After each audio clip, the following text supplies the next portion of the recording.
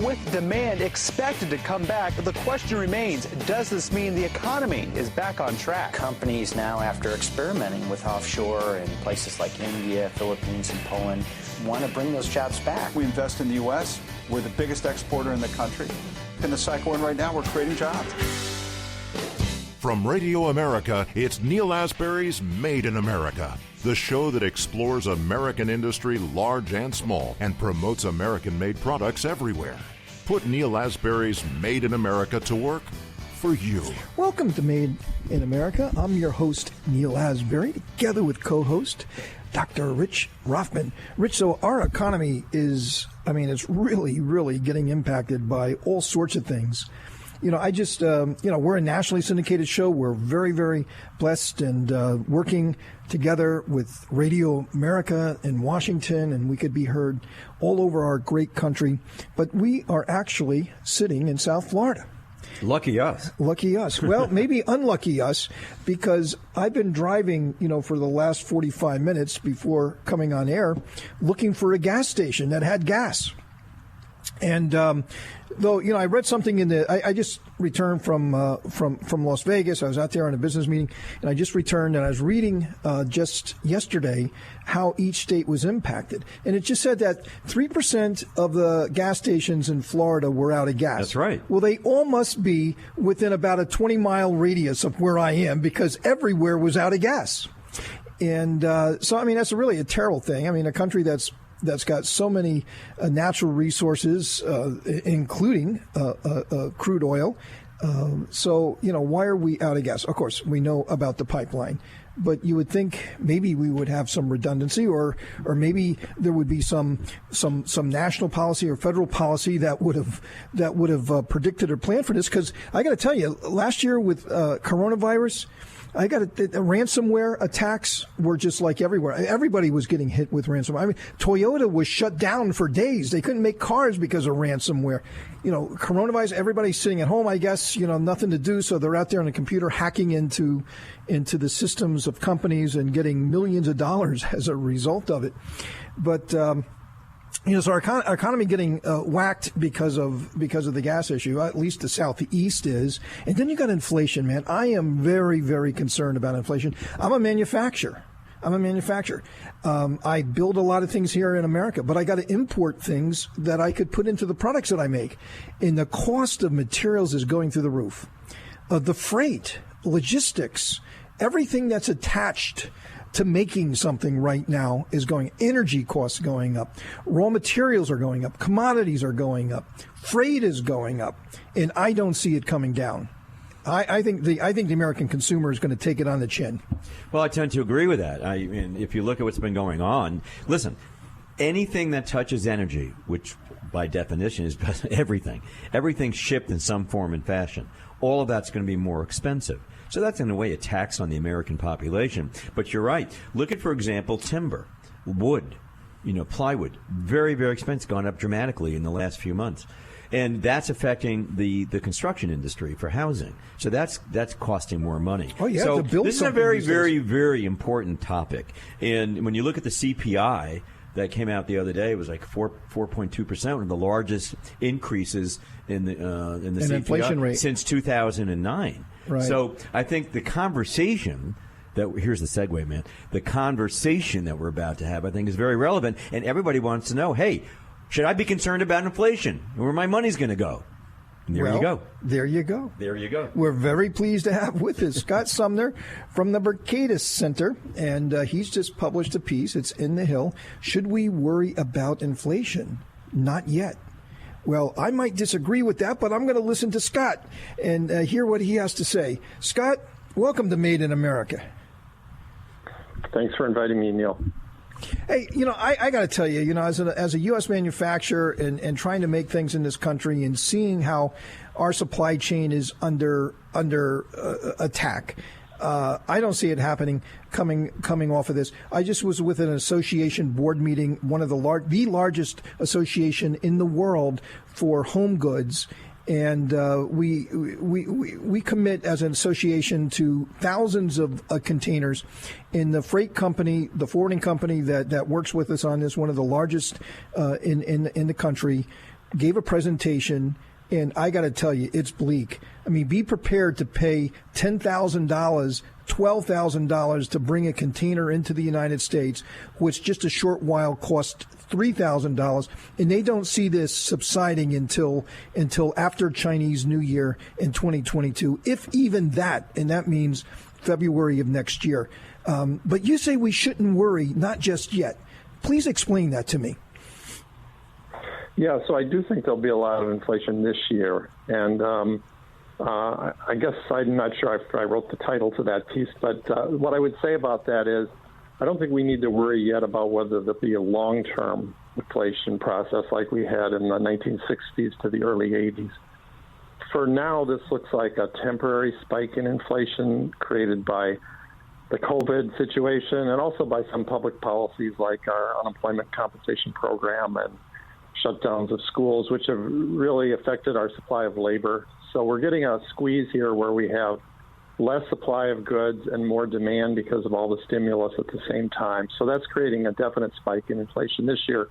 But I think most of these factors should unwind next year, and we should go back to normal, roughly 2% inflation.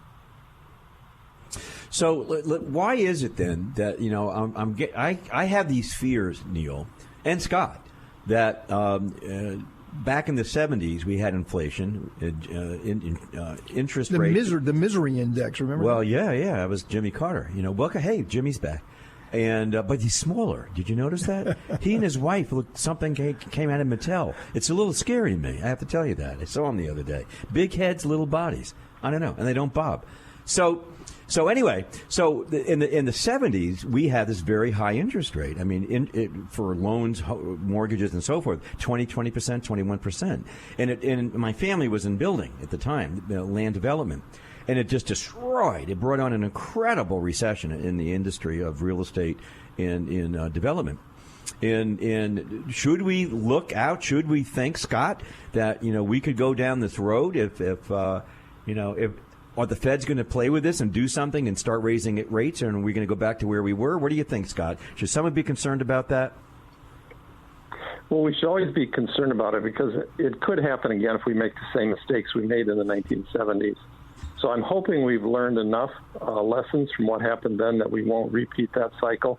I think we know how to prevent it. Whether we have the political will to prevent a resurgence of inflation remains to be seen. So there may have to be some painful decisions taken by the Federal Reserve and so on to prevent this current spike of inflation really kind of persisting for a number of years.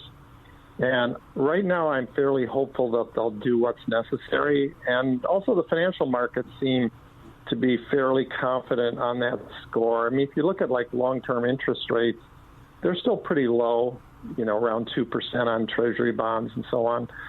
And that's very different from the 1970s when interest rates were high, partly because people had priced in a very high inflation rate. So the markets still have some confidence that the Fed will keep inflation low in the long term, but there definitely is an inflation spike this year, and it's going to be a question of how we react to the post-COVID environment, whether we do the right steps in terms of, a sound monetary policy. Scott, what I'm seeing really in as our control. What I'm seeing as an American manufacturer of home goods, what I'm seeing is that if we pass along the costs that we're absorbing right now, getting hit with left, right, and center. I mean, it's just coming. It's like an avalanche. I mean, it's just coming. It's coming so fast. We would need to increase our price, or we have to increase our prices about 20% of what they were just a couple of months ago. 20%. That's what we need to do to keep up with the increases that we're seeing. I mean, that's a lot. And once the market gets geared to that, and that's, Scott, by the way, that's on top of the tariff increases that we had to have. In addition to that, because these are just, manufacturing costs that are not impacted by the tariffs. The tariffs were already increases that we needed to have to cover for that. So the American consumer is going to be taking it on the chin. And then who knows what happens with energy costs and what that's going to do and how that's going to hurt us. But once the market gets re-geared to these prices, it very rarely goes back.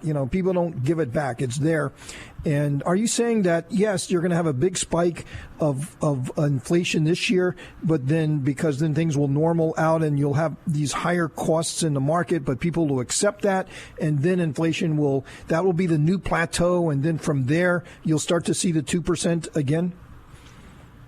Yeah, so I mean, I think it'll be a new plateau is a good term. So I don't think prices are necessarily going to go back down, but I think they'll stop rising rapidly after this year. So we'll have 1 year of rapid increases in prices.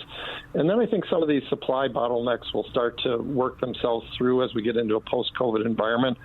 Maybe if we make the right decisions on things like unemployment compensation, we'll get more workers going back to work, and that'll keep wage costs at a more moderate level.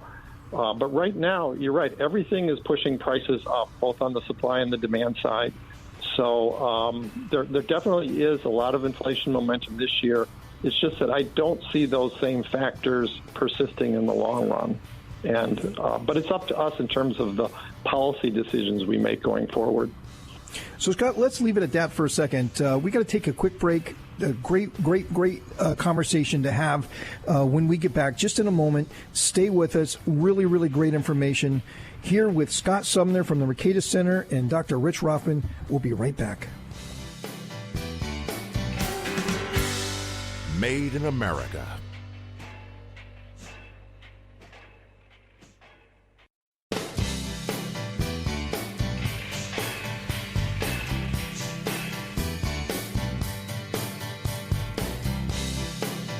Welcome to Made in America. I'm your host, Neil Asbury, together with co-host Dr. Rich Rothman, and we are together with Scott Sumner from the Mercatus Center having a fascinating discussion about inflation and what to expect this year, next year. It really, really has a big impact on all of us, our quality of life, as well as our jobs and what's happening with the employment markets. So, Scott, you just mentioned about if the administration makes the right decisions. So one of the things that scares the bejesus out of me is how much money have we pumped into this economy? I mean, the money supply, and there's just so many dollars swashing around in this economy. They got to get absorbed somewhere, I would expect. And then some of those dollars, a lot of those dollars are going for people to stay at home. So, you know, a lot of companies, you see it everywhere you go, all over the country. I was out on the West Coast this week, in the Southeast, where we are today, you know, all over the country. Help wanted, help wanted, help wanted. So many help wanted signs. I've never seen so many help wanted signs. Why? Because this unemployment money, this money that we're just printing out of thin air, you know, for people to stay at home. I mean, that's got to stop. I mean, at some point, the music is going to stop, and someone's going to have to find a seat. And there's going to be a lot of people left without a seat here because, you know, there's just not enough to go around. I think that with this money supply, paying people to stay at home, there's going to be hell to pay. What do you say? Well, I think that was our biggest unforced error. The unemployment compensation program, for some reason, began paying people more than they could earn on their job, especially lower wage workers. And I think that's one of the things that's causing a lot of problems now. A lot of workers don't want to go back to low-paid jobs if they can make more on unemployment comp. Now, on the positive side, that is scheduled to end early September, I believe. So, and I don't think Congress is going to extend that any further because you're seeing more and more criticism of that fact as a factor of holding back hiring.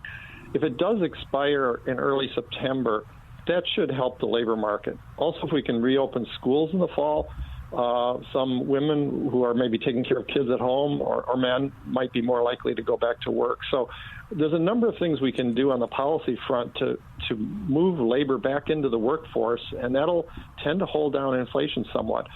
The long-term inflation process that we had in the 60s to the 80s really gets going in a permanent way when you have high rates of wage inflation.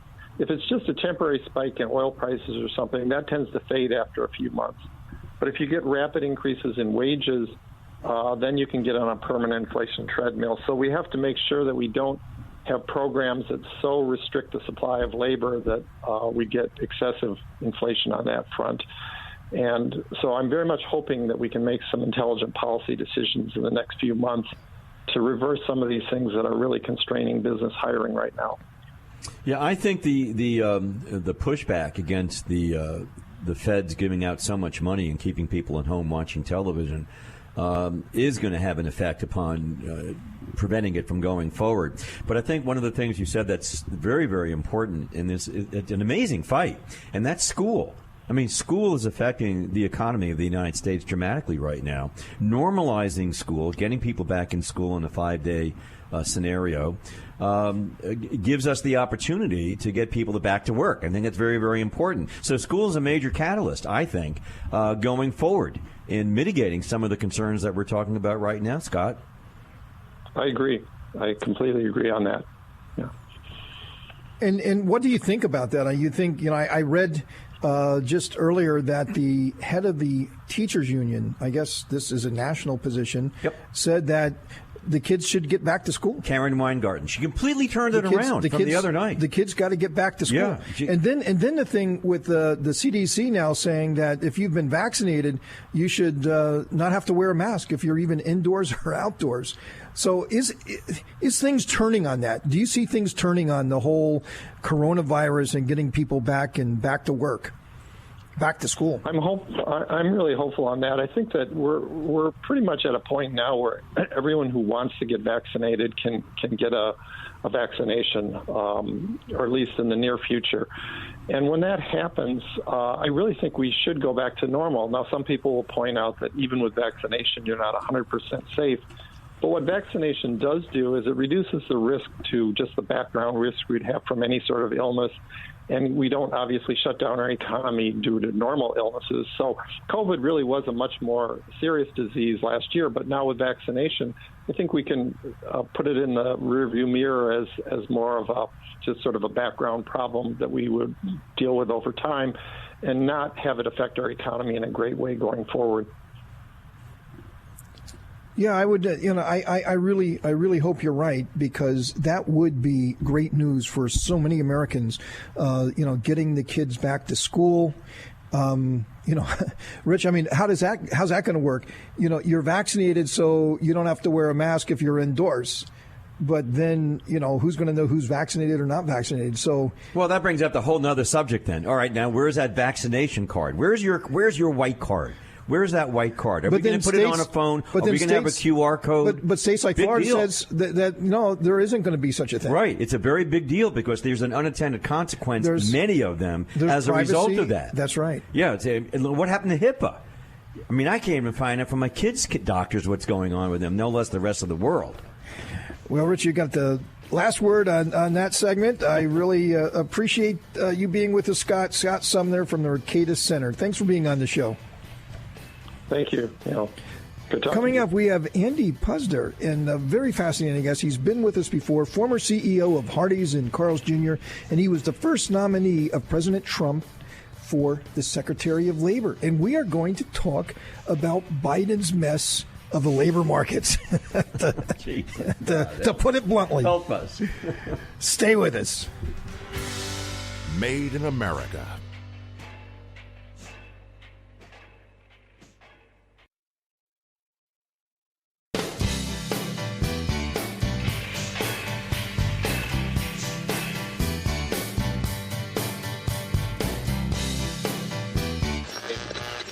Sharply higher at the open, stocks continued to perform well over the course of the day Tuesday. And I think that bodes well here over the next couple of years for having bigger demands coming to this country. Now, more of Neil Asbury's Made in America. Welcome to Made in America. I'm your host, Neil Asbury, together with co-host Dr. Rich Ruffman. So, Rich, inflation, it's a real troublesome thing for me. Now, as a manufacturer, there's going to be some inflation. I mean, costs go up, but it's got to be very organized, and it's got to be very predictable. But once it's not, then you have instability, then you have, uncertainty, and that is the worst thing for the market. And that's when people start going psychotic. And that's where big runs start to happen and the bears start taking over the market. Yeah. And it just happens very fast. And people say, well, I should have seen it coming. But, is it going to be one of those moments here? I don't know. Well, look what happened the other day. Earlier in the week, the CPI came out and it was 4.2%. The word inflation went all over the place. People freaked out, and the stock market dumped 680. I mean, last week was not, earlier in the week, a spectacular time for the stock market. Well, imagine if you have back-to-back months like that. Imagine if you had like 3 or 4 months like that. Oh, yeah. It could be very ugly. Then you look at, maybe what's driving this. I mean, look at how messed up the labor markets are. Everywhere you see help wanted, help wanted, help wanted. And there's literally millions of Americans who are not working, who should be working, who could be working. But the government, with all of this printing of the money, is paying people to stay at home. Well, stay at home. Don't work. Let me give and then you a after short staying list. at home for so long, the people even forget how to work. Let me just give you the short 133-day list coming off the Biden administration, and then Andy's going to love this. U.S. gas shortages. This is the things that have occurred since Biden's come in. Not very long. U.S. gas shortages. We all know that one from this week. Cybersecurity threats. Rising Middle East tensions. We've blown that up completely. Border crisis. Spiraling out of control. By the way, you did see where the Biden administration blamed Trump for the fact that not enough people were working because we weren't letting enough immigrants in. That's a great comment. Kids are still stuck at home with Zoom learning. Inflation is about to get out of control. Joblessness is all over the place. Lockdown still exists to a degree. And the vaccine hesitancy. People want a vaccine. They don't want a vaccine. They're concerned about the vaccine. They're not quite sure what they want to do with it. That's only in 133 days. Well, someone who's going to have a very, very sharp opinion on this. We love him. He's been with us before. Andy Puzder, former CEO of Hardee's and Carl's Jr., two great restaurants, and the first nominee of President Trump for Secretary of Labor. Andy, welcome to Made in America. Great to be here, Neil. I hope you and Dr. Rich are doing well. Sounds like you're ready for a vigorous conversation. Well, I'll turn it over to you because you have a great piece in Fox Business about this very, very topic, the labor markets and how messed up they are.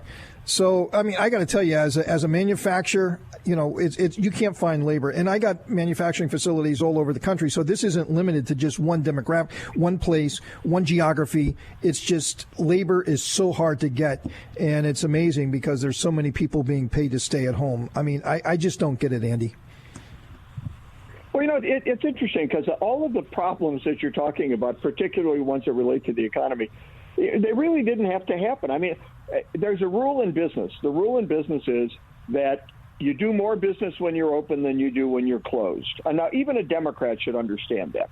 You do more when you're open. So in a year where we're opening the economy, right, getting out of the pandemic and opening up, we should do more business in a year when we're closing down the economy because of a pandemic.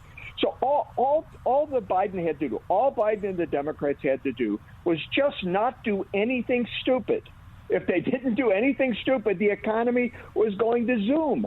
And they flooded us with dollars, which has created incredible demand for products that we can't produce. One, because the pandemic hobbled our supply lines, our supply chains. And secondly, because they're spending a bunch of that money to pay people to stay home and not work, so they can't produce the goods and services we need to meet the demand, which will cause incredible inflation, because inflation really is just a factor of supply and demand. If you have more demand than you have supply, prices go up. So it's the most insane approach to trying to get to full employment, which is what the Biden administration claims they're trying to do, that I've ever heard. And just to show how really dumb this all is, if we have 10 million people unemployed, why on earth would allowing more people to immigrate into the country solve the problem? So we'd have 15 million people unemployed? I mean, how does that help? The problem here is that you're paying people to look for jobs, right? You got to show that you look for a job, the president said. But you're not paying people to take a job. You're paying more for them not to find one. It's just insane. Well, Andy, let me ask you a question. Going back to your terrific history in the fast food business, I mean, do you remember a time like this in the last 25, 30 years, where you have more jobs than you can find people, and people just won't come back to work. Not only that, you may have lost people that were working there because they'd rather sit home and watch TV and get paid for it? No, I don't recall any. There's never been a time when we paid people this much money not to work. There just never has been. So you really can't compare it. And, Bill Clinton cut back on unemployment insurance, and unemployment went down. Trump cut back on it. Unemployment went down. I mean, this isn't like some very complicated mathematical formula. Think about it if you're a business, right? You're a business right now. So what is the Biden administration telling you? And let's pretend you're a small business, right? The ones that got crushed in the pandemic because they couldn't open their doors. So you had hundreds of thousands of them closed. You've got people just hanging on by the skin of their teeth. What is the message from the president and his administration? Well, one is we're going to pay people not to work in your business, whatever that business happens to be. And if you do hire them, it's our intent to raise the starting wage to $15, even if you can't afford it. We're also going to increase your energy costs, right? We're going to not have the pipeline. We're going to not have drilling on federal lands. So we're going to drive up the cost of gas so your consumers don't have as much money.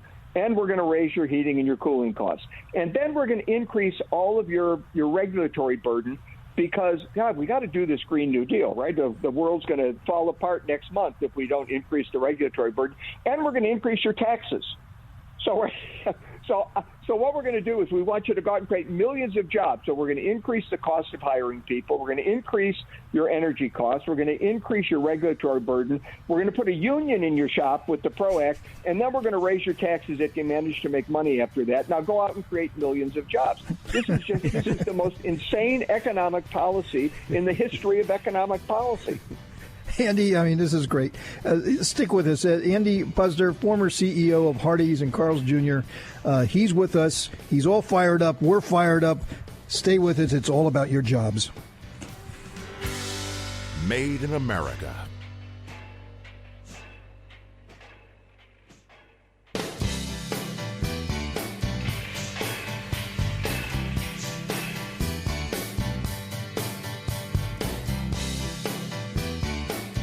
Welcome to Made in America. I'm your host, Neil Asbury, together with co-host Dr. Rich Rothman, and we are together with Andy Puzder, former CEO of Hardee's and Carl's Jr., and the first nominee of President Trump for the Secretary of Labor. And we are talking about labor and how messed up the policy is of President Biden right now as in getting people back to work and getting our small businesses the labor they need in order to stay in business, versus taking your tax money and just spending it on people staying at home when our economy needs them back in the economy and being productive and building these things that people want and they have the money to buy. Because why? Because we printed so much money and just gave it away. So why not?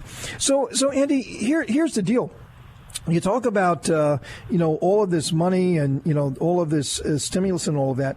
But President Biden has just got started, right? I mean, you got the infrastructure thing out there. That's, how big is that?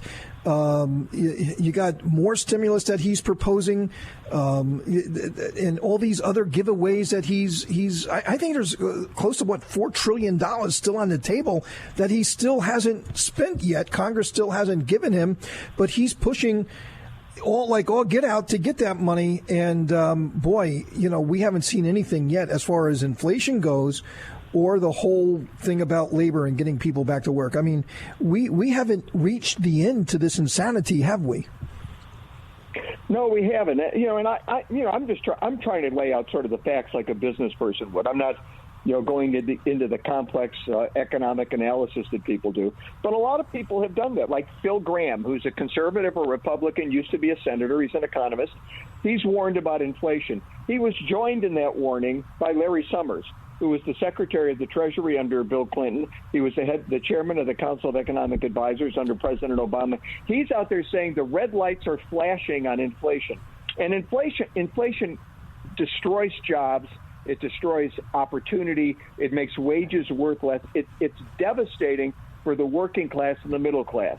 If you're rich, if you've got a bunch of assets, the people that Biden claims he wants to hurt, he doesn't want to help.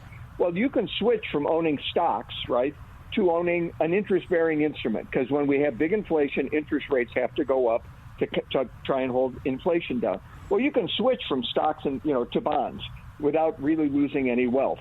But I tell you what, if you've got a job, if you're a working class or middle class person out there, I can tell you from 1980, 1981, when we had 17, 18, 19% interest rates, that kills working and middle class families. And the Biden administration just seems oblivious to any of this reality.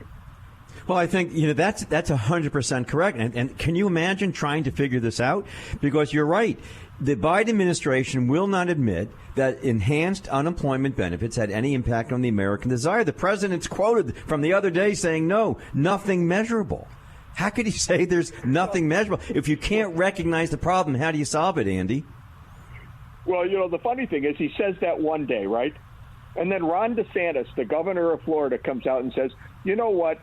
Here in Florida, we're not going to give out those generous unemployment benefits anymore. From now on, you have to prove you can't find a job. If you can find a job, you're not getting anything. You either have to go to work, or you don't get anything. And the next day, President Biden comes out and says, well, these employment benefits, they didn't mean anything. But by the way, we're going to now make the rule that you have to go out and find a job. So it's like, he's almost conceding that what he said the day before was obviously and patently wrong. I've got to imagine everybody he knows who owns a business or who works in a business, maybe the 3 or 4 people he actually knows in the private sector, not in government, called him and said, Mr. President, you're wrong. This is killing us. And he had to come out and say something. But you're right. The only explanation for these economic policies is, number one, they just don't get it. And that's a possibility, because they've been talking about this demand side economic policy for years. It never works when they try it, but they whenever it fails, they just say we need to spend more. We didn't spend enough. That's what they claim from the Obama years. The second possibility is that they are ideologically prohibited from acknowledging that there's this problem. Even if they understood it, they couldn't acknowledge it because it goes against their collectivist socialist ideology. And number 3 is they're just not very bright. Now, it has to be one of those 3 things. I don't know what else it could be. You know what's amazing? There's one significant common denominator in Biden. It's his cheating and stealing ideas. So after the fact, he just came out and said, well, maybe we should, you're going to have to show that you're looking for a job and you don't get a job, you can't get your money from the government. Well, he took that from Ron DeSantis. He took it from, what's happening out there on Main Street. Why should anything be different from what he did at Syracuse University to what he's done in Congress? Nothing. It's the same thing. He borrows ideas from people. Andy, let me ask you, what's it going to take, though, for this administration to come under the scrutiny that it should have? That the media is supposed to provide that. They're supposed to be the unbiased arbitrators of the truth that goes after the facts. And all of this stuff is scary. Larry Sumner, who is by no means a conservative, he's very much a liberal, very much on the left. In the few seconds that we have left, what's it going to take that the wake-up call is put out there to where the American public, through the media, can really understand the things that you just said? Don't call them the media. Call them the corrupt corporate media. Don't call them the mainstream media. Don't call them the media. They are the corrupt corporate media, and they're never going to tell you the truth. You just need to accept that. They are going to cover up everything Biden does that's stupid or that's counter to what should be done to help the American people, and they will cover it up because they're the corrupt corporate media. So that's it. The final that word. That defines it. That's the right way there. To wrap it up. It's hopeless. It's unfortunate. That's why you got to listen to Made in America, because this is where you do get the truth. Andy, thanks for being on the show. Andy Puzder, former CEO of Hardee's and Carl Jr., first nominee of President Trump for Secretary of Labor, all-around good guy, also an author, an incredible book. Check him out. Andy Puzder's got a lot of great things to say. Andy, thanks for being on the show. My pleasure, guys. Anytime. Coming up, Dr. Rothman and I have some final thoughts for the day. Made in America.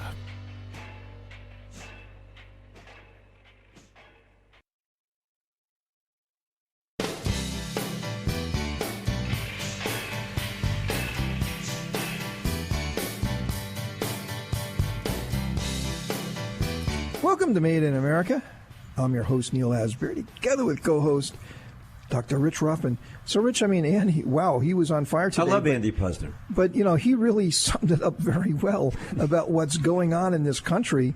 And the sad thing is that there will be no accountability, at least in the mainstream media. No. I mean, where's ABC? Where's NBC? Where's CBS? Where's CNN? Where's MSNBC? You know, where's any of these? Where's the New York Times? Where's the Washington Post? They're nowhere to be found. It's all so rosy. It's all so good. I mean, the guy just said he doesn't even want to take questions. He won't take questions at a press conference. And the administration wants to edit all sort of dialogue that's going out there. They want to construct. They want to see what anybody is saying, and then they want to then go back and rewrite people's talking points. They want to control it that much. You know, I don't know. I mean, remember Weekend at Bernie's? You know, how can you not forget that movie. that? You always bring up the movies, right? Right, exactly. This is Weekend at Bernie's. Well, you got this guy who has, you know, he's not with us anymore, but they make it look like he's still with us just because, you know, he's better to be alive than dead, I guess. And so that's what is going on here. I mean, President Biden, unfortunately, you know, he's had a great career. And of course, I'm a conservative. He's a liberal, but look, he's been around a long time. He knows a lot of people. He's been the vice president of the United States for 8 years. Well, he's learned how to make money. Yes, I'll say that. He's done that. He knows how to play that game. But you know, our country and this job is just like at a whole nother level. And the people that's around him, and who are these people that's really running the country? That's a scary thing. We really don't know who's running this country. No. So how do we hold them accountable? You know, to Andy's point, the media is not going to hold them accountable. We don't even know who's running this country right now. Let me ask you a question. If this Colonial Pipeline, which, by the way, came out later in the week, that they paid somewhere between $4 and $5 million as a ransom, that's probably not a good idea. But they went ahead and did that. So what do you think is going to happen with these people going forward when the media? If, in fact, this happened when Trump was the president, Mr. Trump was the president, do you think the media would have gone insane over the fact that the pipeline was shut down, that it was hacked? There's no question they would have gone crazy. They're not doing it right now. Biden's in charge. You know, they're letting it go by. It is what it is. It is what it is. But certainly, it's not what it would have been had Trump been in charge. Scary. There is no truth out there. It's really hard to find it. Yeah. Other headlines this week. Very important. We got a very, very short time left, but we talked about Karen Weingarten, who is the teachers union head, who now says that schools should be open, everybody back to school in September. In September, that's right. And that's reversed from what was previously being communicated. As very, very recently. She's the one who was leading the battle with the AFT, the major union for teachers in the United States, and she was saying we won't go back. And they kept moving the goalposts. And now they moved them so far, all of a sudden she's come around the block again, and there she is. Hey, we can come back in September. If, in fact, she stays that way, you know, she may raise the bar again. Say, well, you know, the numbers came up. We're not quite sure. And we want to have more inoculations and vaccinations before we let it open up. But as of right now, she is in favor. This is a big turnaround. This is like a 180 turnaround for her. Yeah. But it's at least good. It's at least good to see, you know, kids going back to school. Yeah. You know, to kind of move to another topic, what's happening in Israel right now, very terrible. You just told me that you had 2 tickets to go to Tel Aviv. Tel Aviv. And you can't go now. You won't go now. I mean, it's pretty scary. Yeah, it does scare me. And the tickets are actually for, you know, the first week in July. So I'm hoping that things kind of, you know, die down a little. I shouldn't use the word die. Calm down a little bit. In Israel. But, you know, think about it. The 3 major airlines are not flying into the major cities of Israel right now. They're on hold. The Mideast was under control with Trump being the president. The Abraham Accords were doing a good job. Iran was being checked by not having money. They were keeping them down and repressing them. The other Arab states were recognizing Israel. I mean, it was an amazing scenario. And with 133 days with the Biden administration, it's all gone to pot. It's gone. And they're fighting again pretty viciously. And who do you think is? We know that Iran's the underlying person paying for Hamas. all this. Could be our money. Could be the money that Obama. Could even be the money that Biden gave to Iran. Go ask Horseface about that. The Secretary of Climate Change, the guru of climate change. Go ask him. Well, Rich, we're going to have to leave it there. Unfortunately, we're out of time.